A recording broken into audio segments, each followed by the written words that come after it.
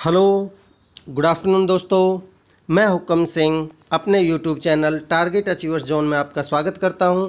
अपने Indian geography की series को आगे कंटिन्यू करते हैं और आज हम इस सीरीज़ का लेक्चर 36 पढ़ेंगे, जिसमें हम इंडिया में कौन कौन से एनर्जी रिसोर्सेज हैं उनको डिस्कस करेंगे। दोस्तों, अगर आपको कंप्लीट ज्योग्राफी पढ़नी है एक प्रॉपर सीक्वेंस में, तो आप मेरे YouTube channel target achievers zone पे जाइए। वहाँ पे आपको इंडियन ज्योग्राफी के नाम से एक प्लेलिस्ट मिलेगी। उसको आप लेक्चर 1 से लेके अब तक और आने वाले लेक्चर्स को एक प्रॉपर सीक्वेंस में देखिए। आपके बहुत ज़्यादा कॉन्सेप्ट्स क्लियर होंगे और आपको बहुत मज़ा आएगा। ये सीरीज़ आपके लिए इन सभी एग्ज़ाम्स में बेनिफिट देगी, तो आप इसका लाभ उठाइए और इसको फॉलो कीजिए। अगर आपको ये सीरीज़ अच्छी लगती है तो आप मेरे YouTube channel target achievers zone को सब्सक्राइब भी कर सकते हैं। तो चलिए शुरू करते हैं।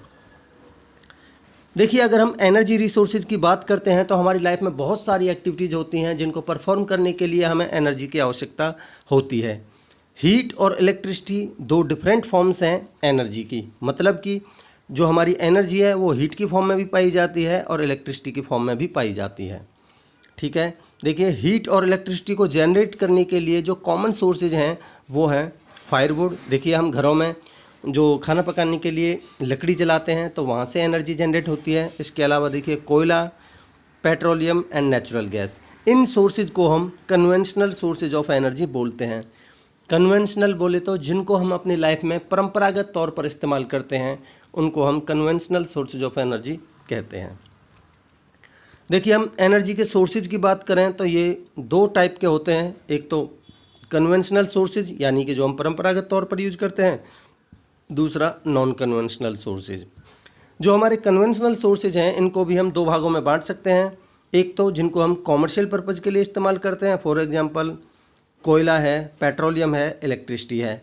दूसरा जिनको हम नॉन कॉमर्शियल पर्पज़ के लिए इस्तेमाल करते हैं, मतलब कि जो हम अपने पर्सनल यूज़ के लिए यानी घरों में इस्तेमाल करते हैं। फॉर एग्जांपल हम खाना पकाने के लिए देखिए ये फायरवुड यानी कि लकड़ी का इस्तेमाल करते हैं। इसके अलावा देखिए, जो हमारा घास और भूसा होता है उसको जला के हम इस्तेमाल करते हैं।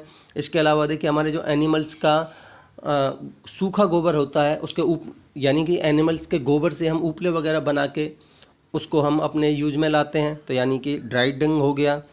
जो नॉन कन्वेंशनल सोर्सेज हैं उनमें देखिए, ये हमारे बायो एनर्जी है, सोलर एनर्जी है, विंड एनर्जी है, टाइडल एनर्जी है। जो हमारा अर्बन वेस्ट है उससे जो एनर्जी मिलती है वो। ठीक है,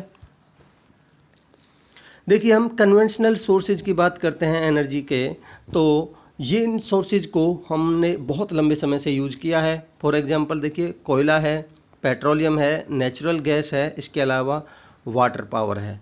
ठीक है, देखिए, वाटर को छोड़ के ये सभी एग्जॉस्टेबल हैं, मतलब कि ये समाप्त हो सकते हैं हम इनको लंबे समय तक यूज करेंगे तो।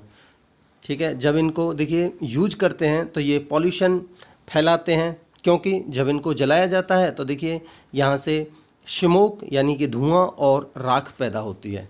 ठीक है, इनको मेंटेन करना, स्टोर करना और एक जगह से दूसरी जगह ट्रांसमिट करना भी बहुत ज़्यादा महंगा होता है, बहुत ज़्यादा एक्सपेंसिव होता है। क्योंकि जो एक लंबे डिस्टेंस पे अगर इनको हम ट्रांसमिट करेंगे तो देखिए यहाँ ट्रांसमिशन ग्रिड्स और लाइंस का इस्तेमाल किया जाता है, इसलिए ये बहुत ज़्यादा एक्सपेंसिव होते हैं। ठीक है,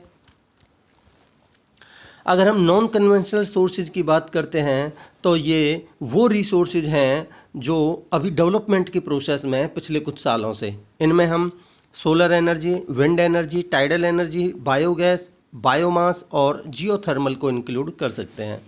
ये इन एग्जॉस्टिबल हैं, मतलब कि इनको यूज करेंगे तो ये ख़त्म नहीं हो पाएंगे। ठीक है, ये जनरली पॉल्यूशन फ्री होते हैं और ये लेस एक्सपेंसिव भी होते हैं, क्योंकि इनको हम लोकल पर्पज़ के लिए यूज करते हैं और इनको मेंटेन करना भी इजी होता है।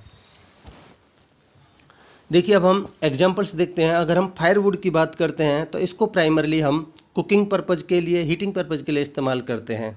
हालांकि ये इतना ज़्यादा कन्वीनियंट नहीं होता, ये ना ही इतना ज़्यादा इको फ्रेंडली सोर्स है एनर्जी का।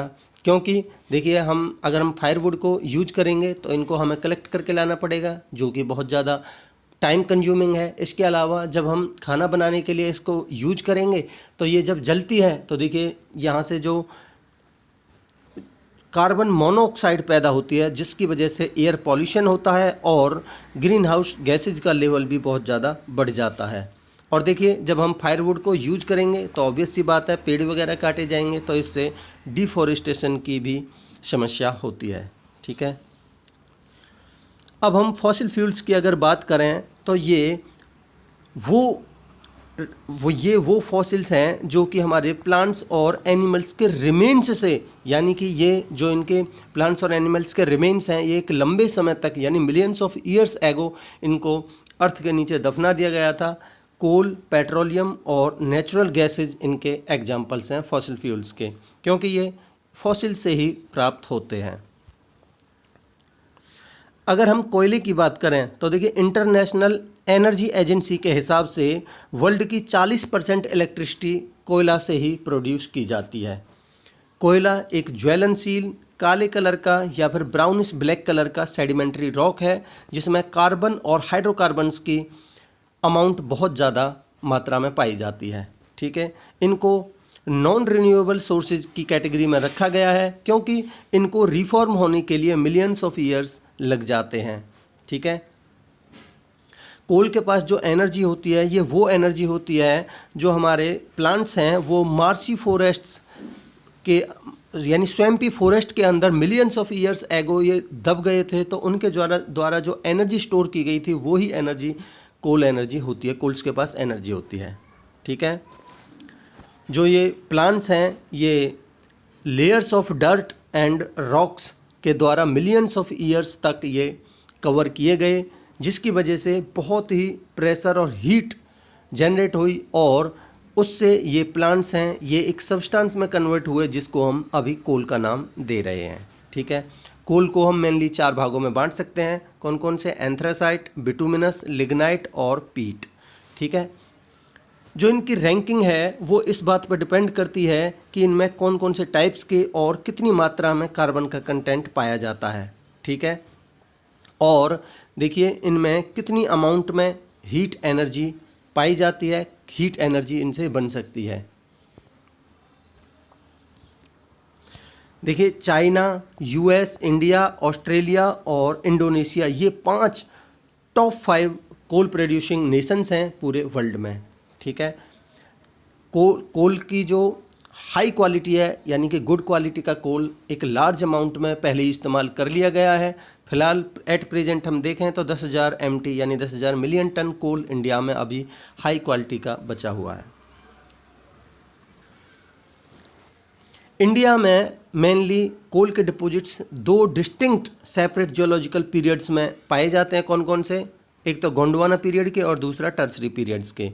इनमें जो गोंडवाना पीरियड की जो कोल की वैरायटी है वो एक हाई ग्रेड का कोल है, जो कि बिटुमिनस से सब बिटुमिनस के बीच का है, जिसमें लगभग 60 से लेकर 80% कार्बन कंटेंट पाया जाता है। तो ऑब्वियस सी बात है एक हाई क्वालिटी का ये कोयला है।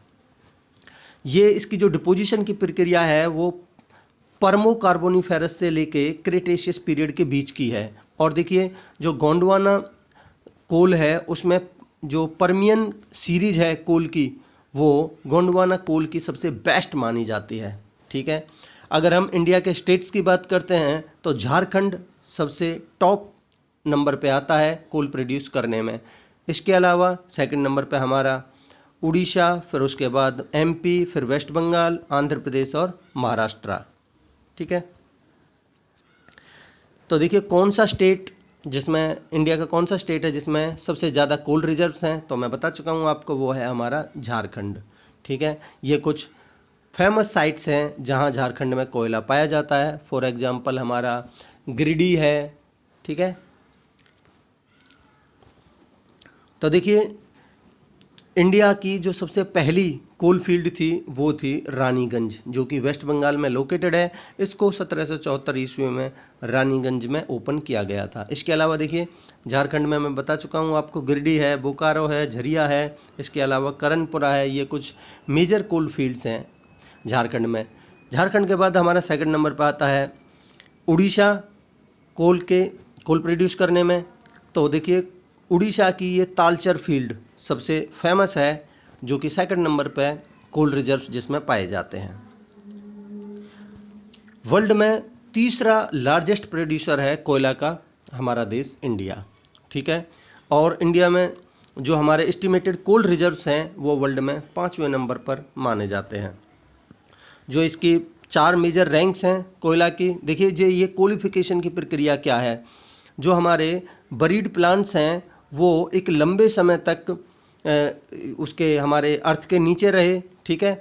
उससे जो हमारा ये प्लांट है, जो प्लांट मैटर है, ये डेंसर, ड्रायर और कार्बन रिच मैटर में कन्वर्ट हुआ, जिसको हम हार्डर मटेरियल, यानी पहले से ये बहुत ज़्यादा हार्ड मटेरियल में कन्वर्ट हुआ। इस प्रोसेस को हमने कोलिफिकेशन का नाम दिया, यानी कि जो हमारा कोल बना मेनली इस प्रोसेस से। तो इसकी जो हमारी 4 रैंक्स हैं जो मैं पहले बता चुका हूँ आपको। पहला है एंथ्रेसाइट।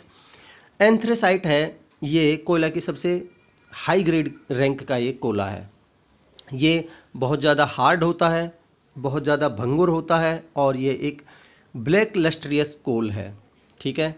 इसमें जो कार्बन का कंटेंट बहुत ही हाई परसेंटेज में पाया जाता है और जो वोलाटाइल मैटर है वो लो परसेंटेज में पाया जाता है। अगर हम बिटुमिनस की बात करते हैं तो ये मिडिल रैंक के अंदर आता है कोयला की, ठीक है, जो कि सब बिटुमिनस से एंथ्रेसाइट के बीच का माना जाता है, ठीक है। इसकी जो हीटिंग वैल्यू है वो बहुत ज़्यादा होती है, ठीक है। और देखिए यूनाइटेड स्टेट्स में ये सबसे ज़्यादा इलेक्ट्रिसिटी जनरेट करने के लिए इस्तेमाल किया जाता है। जब इसको देखते हैं तो ये बहुत ज़्यादा शाइनी यानी चमकीला दिखाई देता है, बहुत ज़्यादा स्मूथ दिखाई देता है। और जब इसके पास जाके देखते हैं तो ये एक लेयर्स में पाया जाता है।